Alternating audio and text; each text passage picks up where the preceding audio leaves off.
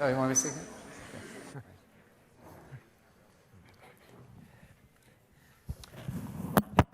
Oops.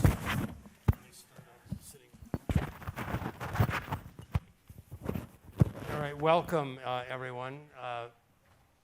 Fantastic turnout on a Friday, late Friday afternoon, but I think the reason is we have a topic that really needs no introduction, and we have speakers that need no introduction.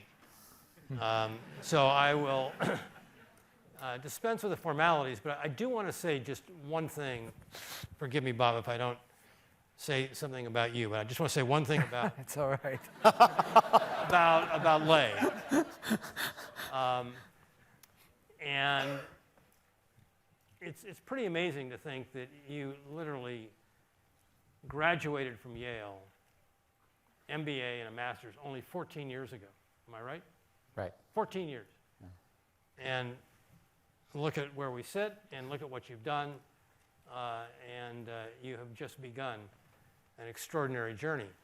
The one thing that I think that very few people know about you is your passion in trying to contribute to the development of liberal arts education in China.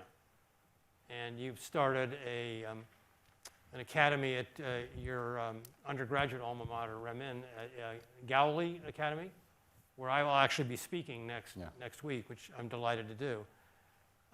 And you're passionate about fostering the intellectual debate and the development of young and active minds in China. And I really give you enormous credit for that, in addition to building an extraordinary investment firm, world-class investment firm at Hill House. The topic of China, Trump, and US-Sino relations is literally on sort of the top of the search list for many. I did a little search in the 31 days since November 8th, not that I'm counting. There are more hits on the Trump-China connection than literally any other international topic in sort of media space today.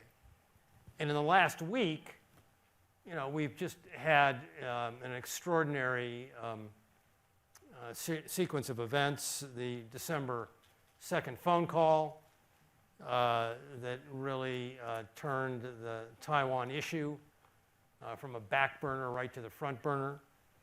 December 3rd, 2 tweets from the Twitter elect. And December 7th, the announcement of Governor Barnstad as the new ambassador to China. And then last night in the thank you tour, unprecedented in the history, in the annals of American politics. The China topic was front and center from Mr. Trump. So we're obviously trying to get at what this means for the U.S.-China relationship, and I thought we'd just start with you, if I might, and like just get a sense of, number one, how this election is being viewed inside of China right now, and whether or not we're correct. The view that is widely expressed in this country is that there was a sense that the Chinese were really hoping for Mr. Trump because they were afraid of Secretary Clinton. And now that they've got what they wanted, how do they feel about it? How do they feel about it?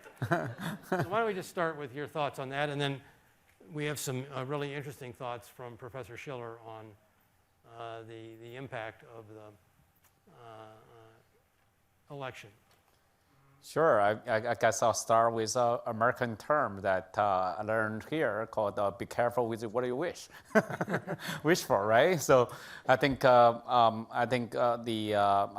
obviously Chinese, across distance watch with a lot of interest and a curiosity on how this election developed. I think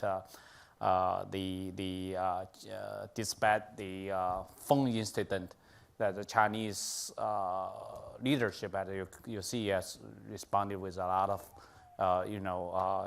constraint in a way to say give the benefit of the doubt to the leadership here. And I think as the Chinese philosophy always say, going for the long-term orientation. So if you, especially in a period of time of uncertainty, probably it's even more important to think for the long term and where the opportunity set for the countries to have a win-win situation. I think that's sort of the mood, saying that, why don't we give the benefit of the doubt, or why don't we think for the long term?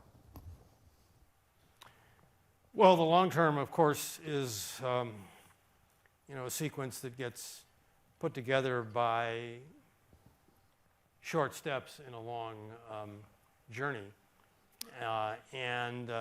One of the interpretations of what's going on right now is that Mr. Trump is known as a tough negotiator, and maybe he's taken some strong steps that put China on notice that he's serious about addressing the relationship, and then begins to move to a more centered position on which there's a more constructive grounds to negotiate. Do you buy that? Do we have any notion is that just wishful thinking? Well, if I could borrow from the term, Trump's book, The Art of the Deal, right? So, that is, think about the art of war from Sun Tzu, the art of the deal. I think, hopefully, this is really sort of, brings out the sort of the common sense first principles of the deal negotiation. So in the end, be tough and then open yourself up. Right, and be realistic, and also that, and I think there must be a win-win solution. And if people say, who can incorporate the sense of the art of the deal, so that you must have a win-win situation to be sustainable for any successful deals. Well, he certainly seems to be operating from an extraordinary position of power since the election, and is directing so much of that power right now toward the Chinese side. And that takes me to you, Bob, because you've written a very interesting article that was published by Project Syndicate on this notion of Trump's power, his projection of power, and how you wonder about and correct me if I'm not stating this correctly, but how that power is aligned with the perceived sense of the loss of power of his base, right, the workers that he has promised so much to defend. Is there a big disconnect in your mind between this power projection and the power need? Well, to oversimplify the election campaign, both were concerned about rising inequality, both Clinton and Trump. But Clinton seemed to be focusing on redistribution, raising taxes on the rich, and funneling that one way or another to everyone else. Whereas Trump was more focused on empowering people. And I think that, although the election was very close, his ability to succeed had something to do with that theme. And I think that what's happening now, at this point in history, is that there are a lot of people who feel that they've lost something. They've lost some economic power. Partly, for whatever reason, incomes in the middle to lower segments are not growing. All of the economic growth is going to the top. But that sounds kind of abstract, and when I put it that way. The problem is people don't need me anymore. That's the worry. Somehow they're closing factories. Used to be high-paying jobs, especially in rural communities. and they want somehow to bring it back. Now, Donald Trump is a master storyteller, and he has a story. He's been perfecting it over years. He had a television show called The Apprentice that... have you ever watched that? I watched one episode, yes. Have you? No, you're ahead of me. So the one episode that I watched was he brings these young people together and says, this week's assignment is to make money in a local flea market. And you have, you have $100 to buy goods. I want to see who makes the most money selling. Okay? And so at the end of the show, he chastised the losers and praised the winners and fired somebody and shouted, "You're fired." But then he was nice and warm about it. He said, gave some going away advice. Don't feel bad. That's life. You know, you get fired, you'll rise again. So he cultivated this personality as someone who empowers people. These people were shown on TV starting with nothing. At the end, maybe they only had $200, but at least it was about empowering people. Now, you mentioned his book, The Art of the Deal. I read another of his books with the amazing title, How to Get Rich, written with Meredith, actually written with Meredith McIver, but probably written mostly by Meredith McIver. And I first read it, and I felt very negative about it. It was, I thought, this is, I won't use the insulting word I was thinking. But then I started thinking it over. You know what he did in that book? He tells you what he does, which is tell a story, live large, think big. I thought, well, maybe I can see how some people can believe in him. And what people don't want in the U.S. and anywhere in the world, they're not so keen on redistribution. That seems like failure to me. If they go and tax the rich and take money away from more successful people and just give it to me as a loser, I don't like that. It doesn't feel right. Let me just push you on that a little bit, okay? Because you really lay out a really fascinating and compelling argument about a powerful man who appears to have empowered those who really are needy for perfectly legitimate and unfortunate reasons. Now, that gets him elected, and it gets him off to a rather extraordinary start, even a premature start if you look at what's gone on in the stock market in the last month.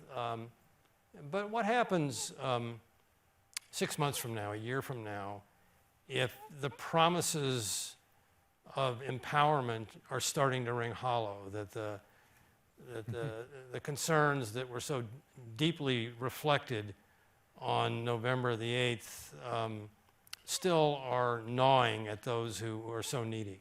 That might be a good investment horizon. Buy into the stock market and prepare to exit in 6 to 12 months. No, I don't know. I don't know what the market is going to do. Stop the presses. The journalists are running with that right Well, actually, I was on CNBC yesterday, and they asked me on TV. So I've already outed this. But I'm not really optimistic, but I think it's possible that for the short run, this Trump bull market will continue, because Trump has a certain intuition about what people want, and his initial actions with the carrier company suggest that he's going to make deals for me, and he's also going to cut business taxes, and he's going to cut regulations, all pro-business. It really sounds good for the stock market, and it's possible that this can succeed, continue. But you're asking about the longer run, and I'm interested in the long run. I don't know how he's going to come through with this empowerment. It's not easy and obvious to see. And the carrier example of making a deal with the company to keep jobs here doesn't necessarily work. I mean, it might work for those people, but it can cause retaliation internationally. We can lose jobs in other sectors. So it's not like he came in with a brilliant New Deal idea that is going to obviously solve the problem. Well, Bob, your quote yesterday on CNBC, and I have it right here, is Trump does magic. Yeah, he does. That was, By the way, let's make it clear. I did not vote for Trump. And in fact, I signed several anti-Trump statements before the election. you know, that did a lot of good. It may have done exactly the wrong thing, right? That's true. But now that he's elected, I have to give him credit for something. One of them is he does have a sort of magic. That it amazes me how many people really are passionately behind him. Now, I wrote a book with George Akerlof in 2009 called Animal Spirits.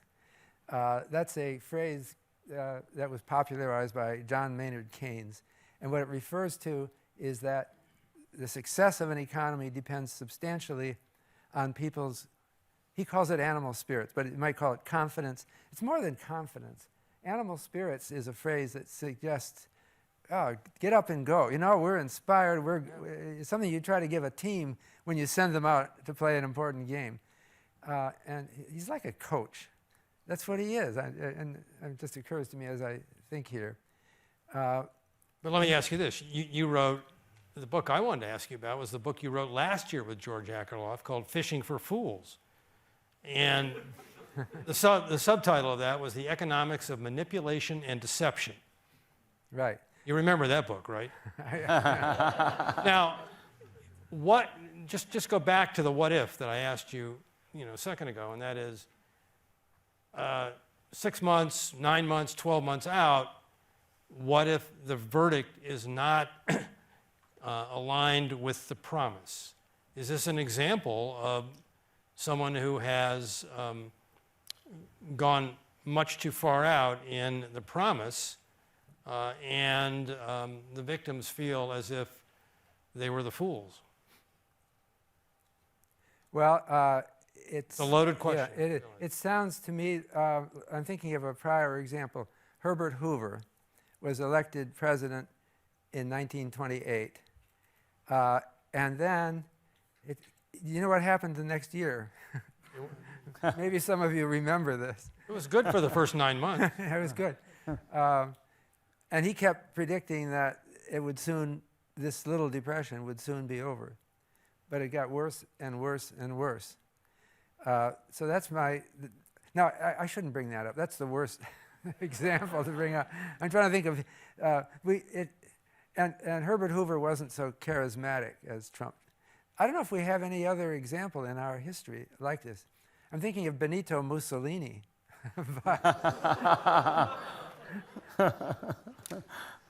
Wow, okay. Lei, let me ask you this, though. Taiwan. Taiwan has, you didn't think this was going to be an easy, relaxed discussion, did you? Right.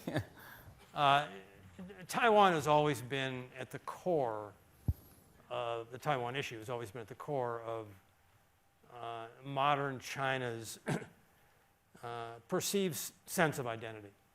That eventually, and the key word is eventually, that there would be reunification. And so this whole framework of constructive ambiguity that goes back to the famous Shanghai Communique of 1972 that sort of danced around the issue but made it very clear that in the minds of the US there was always one China, and Taiwan is part of that one China. And then in 1979, the diplomatic arrangement was agreed upon in a second communique that made it clear that the United States, and then followed by the West, would no longer recognize the government of Taiwan, and in fact there would not be government-to-government discussions. And in one phone call, that core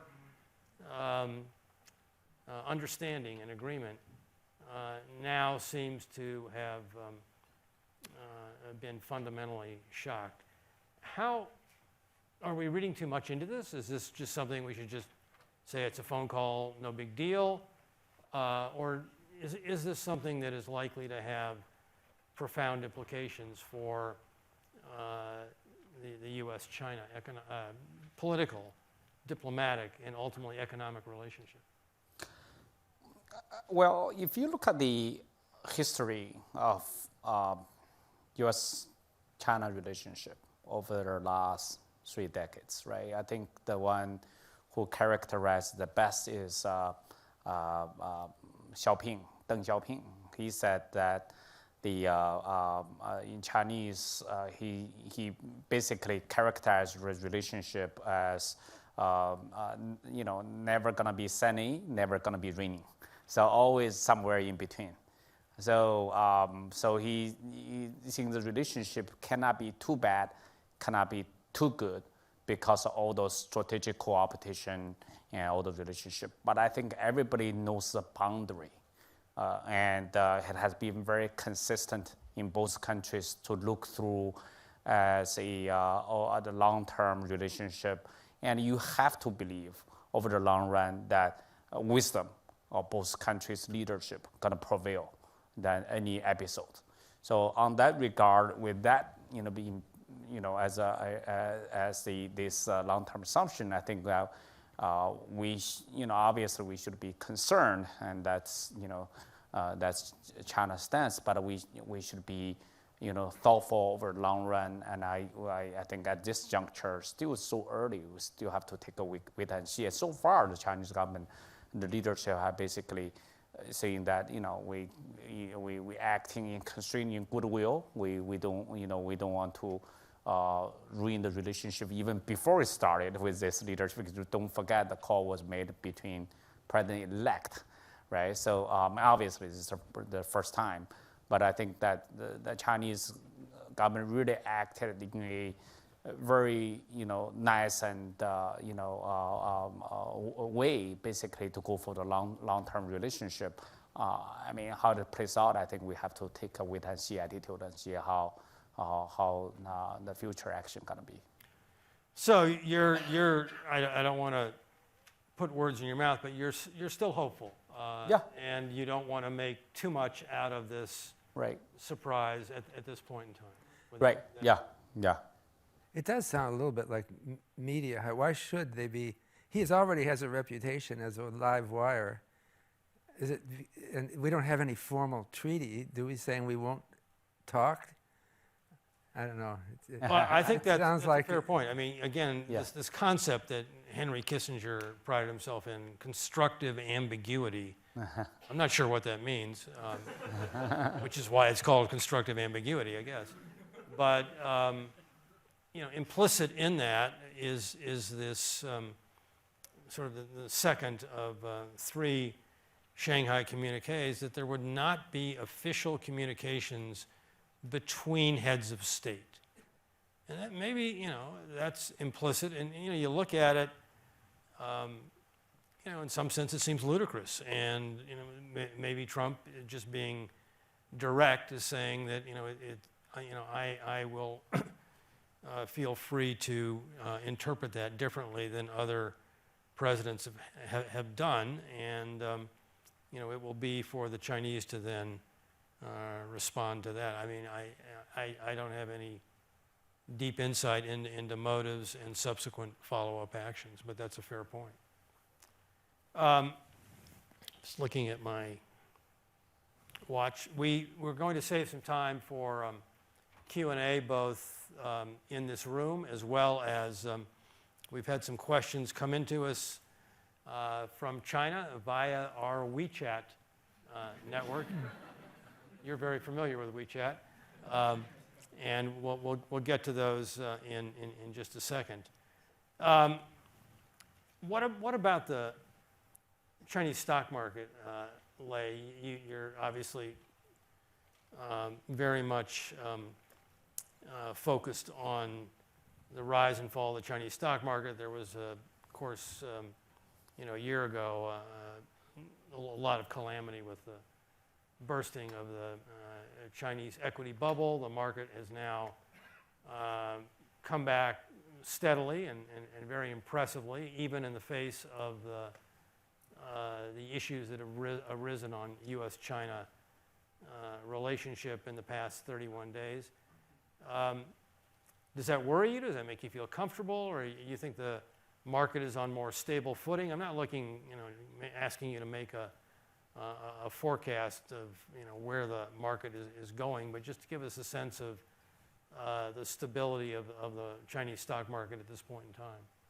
Yeah, I think the China market in a actually very stable, and I think that stability gonna persist for a number of reasons. First, the market not overly valued. You can clearly see that when I talked about last time, I actually talked at SOM and old building that we talked about, I think 09 or 10, I talked about the market was overvalued because, and just like the China back 07 and post-crisis with stimulus pushed the market back again. Essentially, those 07, 09 period that you had a period of time, the China on average stock market multiples trade at 100% premium to S&P. Today, despite all the headwinds, just look at first valuation. It's actually attractive value of the market on average trading at 30, 50% discount to S&P. So that gives you a very good sort of underpinning on the value. Secondly, you look at this administration and this leadership on the security regulator, and I think they're doing an amazing job. Really not only stabilize the market, really sort of reactivating the market as a function for equity rating to be participating, to be helpful to the Chinese companies and economy and employment going forward. And then you look at, they just restarted how many more companies going through the IPO. Used to be such a long queue. Now, with this speed, within a year and a half, I would predict that there's going to be no long queue anymore. Then that's like the first time ever in the security market history of China. Is always being this sort of the who gets a ticket to get listed, because almost like you get such a huge advantage of being in the queue and get listed. I think this leadership has done such an amazing job, not only stabilize the market, but really sort of use the market, develop the market to be the engine for economic growth. I think really we should really applaud for that. And finally, I would say, sorry, go ahead, Bob. Yeah. I was just going to say, we have a former student here, Ning Zhu. Do you know him? Yeah. Zhu Ning. He was here at Yale, and now he's teaching at the, you knew him then. Yeah. He's teaching at the Shanghai Advanced Institute for Finance. Yeah. And he has a new book out in China called China's Guaranteed Bubble. And what he's referring to is what he thinks is the implicit suggestion that may not have been stated, but allowed to persist, that the Chinese government will not ever allow a crash in either the housing market or the stock market. So that there's a bit too much of a tendency for optimism in China, and that the Chinese government should really make it clear that they're not going to back up all of these investments. Right. I think there's no better way of looking at, for example, the credit market for that. The credit market essentially, stock market obviously proven that is wrong, right? Because there's already boom and bust several times already. So it's not like two giant bubbles in the last 8 years. Yeah, and then it went down so long so it's not like, went down, the stock market down 60, 70%, and Chinese government let it happen. But the real issue, if you talk about there was actually in the credit market, because it doesn't matter what type of credit, essentially there was an implicit government guarantee. In Chinese words called 刚性兑付. So always you're gonna be able to get your money back if you invest in any instruments. That's the reason the lack of developing a market-oriented rating system and the borrower capacity evaluation, all those systems. I think the credit market, if you will, actually is a focal point to solve that, to be saying that, you know what, you have to take your risk yourself. And so far, because of stability and the Chinese government, essentially, there's an implicit guarantee for the credit market. I think that's actually next step to deal with, to really breaking down that implicit guarantee. Don't make the whole market a Fannie Mae, Freddie Mac, right? So Yeah. So you even make the whole credit market like that. And I think that the government is very smart. They talk about this. They're addressing this right now as saying that what type of assets and how should it be listed and on the credit side. I think stock market. I'm not. I think it's really the market. System is in play right now. Well, your view on the stock market is encouraging. The one issue, and I just want to ask one more question, and we'll turn to the Q&A.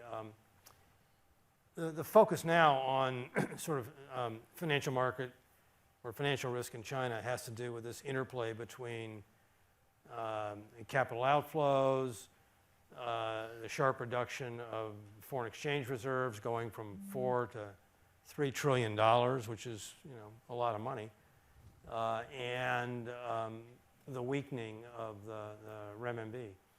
And the government a week ago introduced some temporary measures aimed at stopping the capital outflows, and this has caused a lot of hand-wringing and discussion in financial circles. What are your thoughts on that? Is that indicative of sort of a new area of growing concern in China? Do you think the government's got a good handle on this? Do you think it's going to get worse or stabilized? I think the renminbi is really a very, very interesting question. If you think about it as a sort of a flooding gate, there's a lot of water wants to get out. But you know what? At the same time, there's a lot of water wants to get in. You look at the global asset allocation of any asset manager. Look at China's GDP as a percentage of the world versus, and if you couple with the growth, and then you look at the global asset managers, China as a percentage of the weight. They're hugely underweight in China. And then you look at China joint SDR and all the central banks need to allocate. I think, you know what? I actually believe you take out the flooding gate. Yes, right now we're all very focusing on this outflow, because it creates a lot of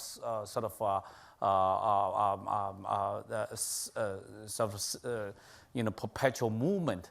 And it seems that people say, oh, wow, this is going to collapse and there's no bottom for RMB. I actually think China's, if you take that out, take flooding out over the long run, it's maybe well balanced, much more balanced than people thought. I think it's just because the focus has always been on this side. That's the reason I think that the Chinese government essentially made a very big commitment to make the market play a bigger role in RMB. I think it makes a lot of sense to do that. And you already start to see that with RMB depreciation, that the Chinese products got more competitive, and I actually think that the intrinsic value not so much different from here. Actually, maybe I don't know. Maybe I'm not. My investments are all bottom up, but I can see, if on a long-term equilibrium, maybe we're not that bad. Okay, we have 15-20 minutes for Q&A. I would like to invite you to ask questions to anyone. Raise your hand, wait for a microphone. Please identify yourself. No multiple questions. You get one question, and please no speeches. Right there, yes. Hi, thank you. I'm Gov from School of Engineering. I have a quick question about the exchange rate. So I don't know, so this past Monday, there's actually a rumor online that yuan actually fell down to 7.5 overnight, but then everybody knew that yuan actually, did not trade overnight. But then it seems like this Trump election has more, talks about the exchange rate. And Trump kept saying that, China is being a exchange rate manipulator. But then after his winning speech, he was kind of very humble and tuned down significantly, talking to Romney and all other things. So I was wondering if you can share a view about the exchange rate in the short run, in the next 6 months and probably during Trump's presidency for the next 4 years. Thank you. I already give my view, Bob, maybe. I'm not on Yeah, you want to talk about the currency?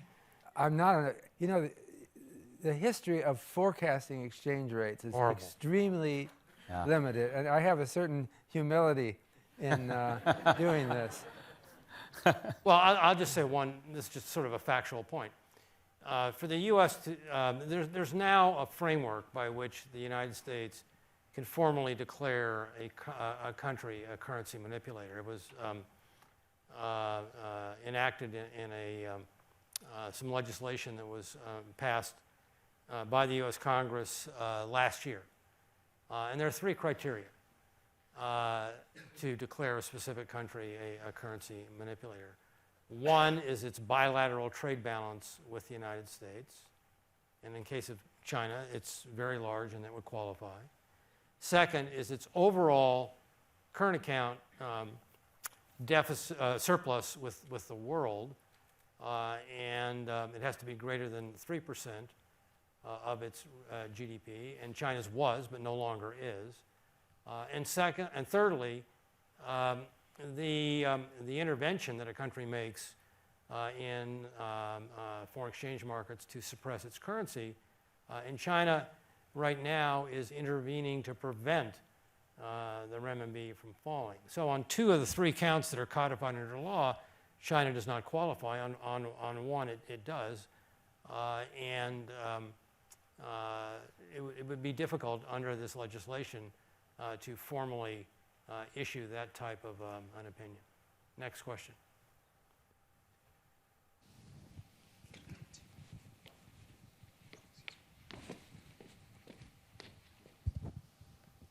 Hi, thank you very much for speaking with us.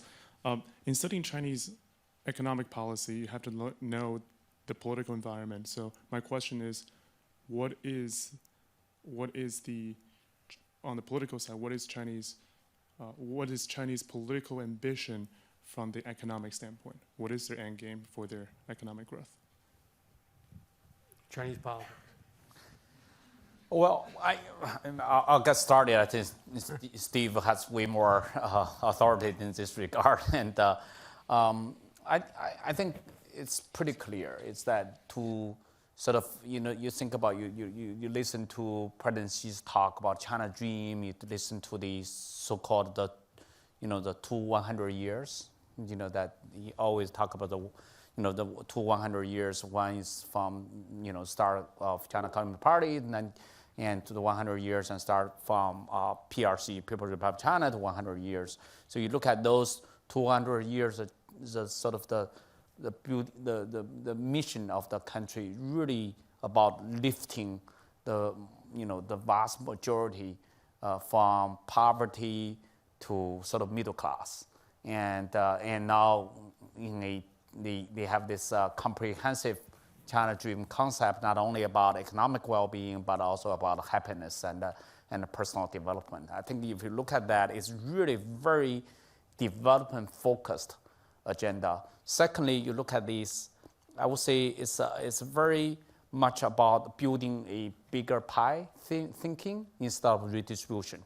So in that regard, the sense of empowerment, the sense of sort of positive, focus on the positive sum game, I think is there. Is that I think maybe has to do with China's economic development stage, and I think the focus is on that. And third one, I would say, you look at this development, there's a lot of anxieties, also a lot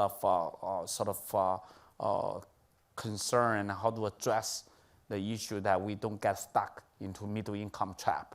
And that, look at countries like Argentina, and then was much faster growing, and then they got stuck for a long period of time. So it seems that the leadership very focused on that, and sort of the way to get over and cross that middle income trap is by they constantly talk about reform and constantly talk about the setting up the sort of self-correcting mechanism to be very much reform oriented.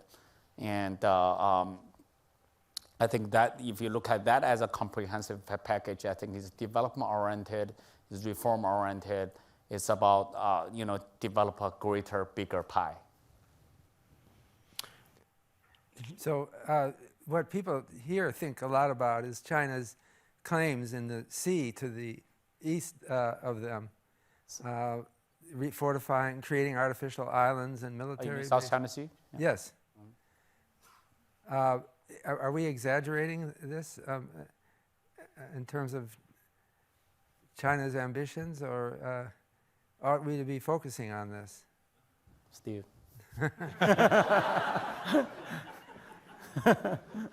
Yeah, that's a long question, Bob. Well, no, it's a short question, but it's one that requires a long answer. There's there's a lot of sort of paradoxical aspects of China's aspirations. The China dream that Lei just alluded to is really on one sense is and this is articulated now 4 years ago by Xi Jinping. It's a vision of really bringing, as you just said, the development and prosperity to the people. But it's also, it alludes to China's self-perceived need of renewal, of rejuvenation, of bringing the nation now back into alignment with its former role that it played in the world and former role that it played as, recently as, say, the mid-19th century as the largest economy in the world. And so this realignment between where China has been and where its leaders believe it should be has caused tension, has caused concerns, and the frictions that you just identified in the South China Sea are part of those concerns. And now if you've got frictions over Taiwan, it begins to take on a somewhat different tone. China is it's a one-party state, so you sort of simplistically would assume that they don't have to deal with politics. But it's a very political place. There's a lot of posturing going on right now for the next party Congress, and there's a lot of politics between the leadership and the people and the nationalistic spirit it's evoked. And I think it's important for us to try to understand. We just finished an amazingly contentious and divisive political battle in our own country, and the politics in China are so different.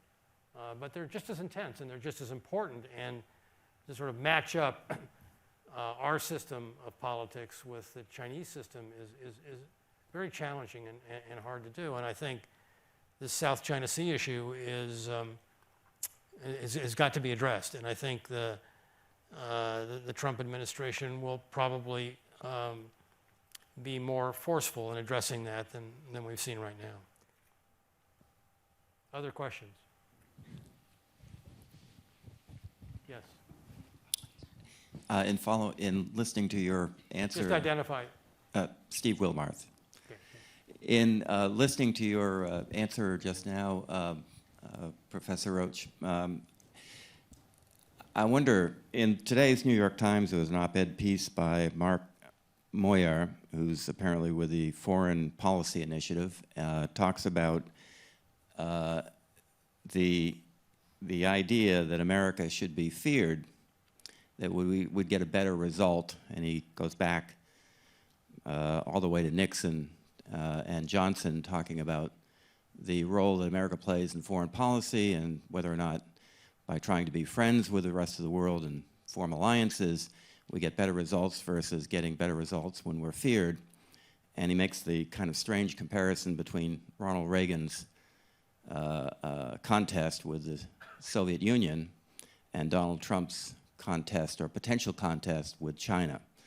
And I just wonder if this phone call that set off so many tweets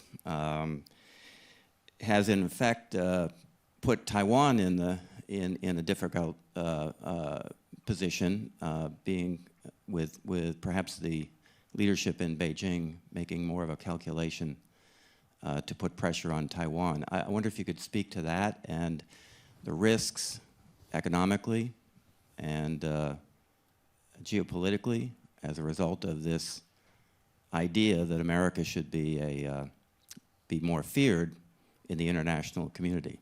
Well, it's a great question. I think we've talked about Taiwan a fair amount, but do you want to address this It doesn't fear? feel right to me that America should base its policies on creating fear in the world. Our image is, I'm assuming, this is my American perspective. I think you guys tried and failed, right? Well, maybe. But what is alarming to me about Trump is that he has talked about restoring torture as a policy. That seems to me totally wrong. And he is destroying a long-won reputation for decency and fairness that this country has had. Okay. Amen to that. I'm Jack Chen, an exchange student from Japan. I'm a Chinese in Japan, so I'm really concerned about the relationship between Japan and China and America. And surprisingly, when I look on the a famous website, Zhihu in China, you can see Donald Trump has many fans in China before the election. And because some people think he's very pragmatic and he has the strong personality, just like an enlightened dictator. And but now I think a big problem is some people think, some Chinese think, if American more focus on your domestic business, and so maybe China can play a big role in the world, and especially in the Eastern Asia, and also Japan wants to maybe play a bigger role in the Eastern Asia. So without Americans' leadership, how bad maybe the relationship between China and Japan will go, and how the instabilities will be. Yeah, thank you. Yeah, it's a great question. I actually wrote something on that a week or so ago, and I just would say one thing. There is a view, especially given Trump's statement that the first thing he will do on January 20th is to formally withdraw from the Trans-Pacific Partnership, that this is an opportunity for China to assume leadership in driving global trade with its own sort of competing arrangement, the RCEP, Regional Comprehensive Economic Partnership, and that would certainly shift the balance of power, at least in terms of driving pan-regional trade and global trade. And in fact, Senator John McCain wrote an op-ed piece in the Financial Times yesterday subscribing to that very conclusion. The point that I made is that global power shifts are not as simple as that.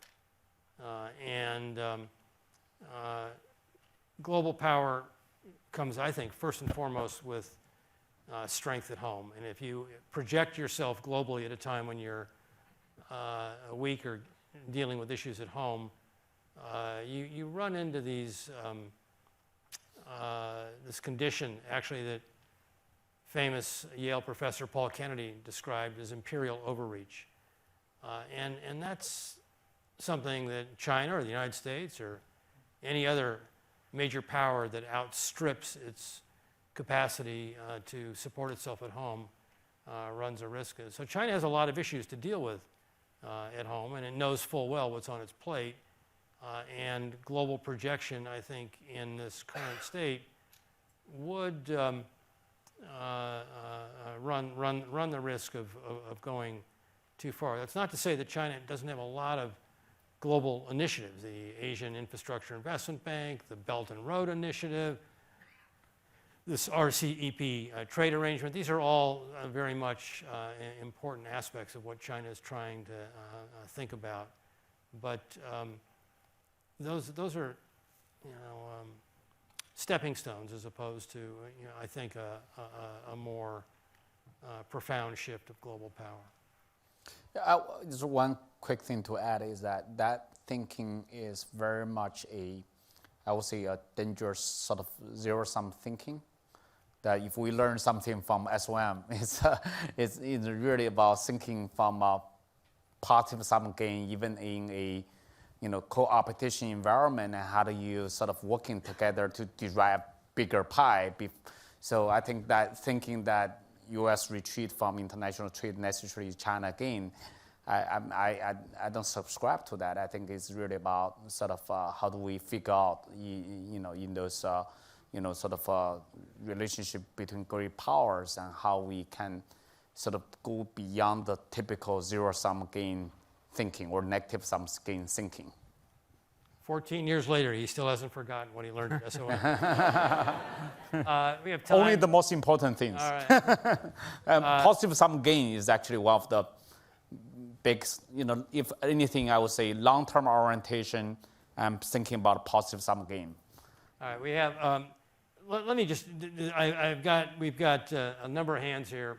I've got to at least just ask one quick question from the WeChat. We had many WeChat submissions from Beijing.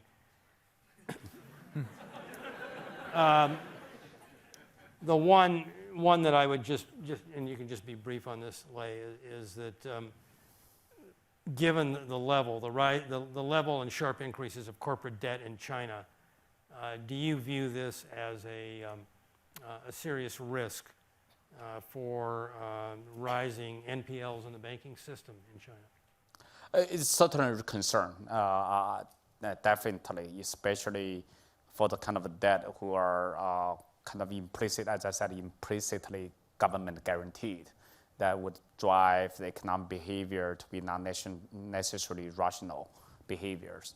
And if I would say, we probably have bottomed out in that situation. I think the economic cycle has bottomed out, and I think the system has gradually figured out how to restrain that behavior, and there are more and more enterprises are privately run entrepreneurs, and they make decisions based on the bottom-up decisions. So I think the number of reasons, yes, it's a concern, but I think on the long term, I'm optimistic that we can get over that.